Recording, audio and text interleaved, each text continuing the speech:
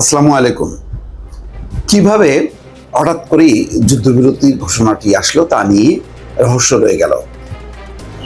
ইরানের পররাষ্ট্রমন্ত্রী যখন ক্রেমলিনে, ঠিক তার পরপরই এবং রাশিয়া যখন তীব্রভাবে নিন্দা করলো এবং বলল যে ইরানের পাশে আছে, তার পরপরই ঘটনা বা বলা যায় কয়েক ঘন্টার ব্যবধানেই ইরান হামলা চালালো ইরাক এবং কাতারের মার্কিন ঘাঁটিতে।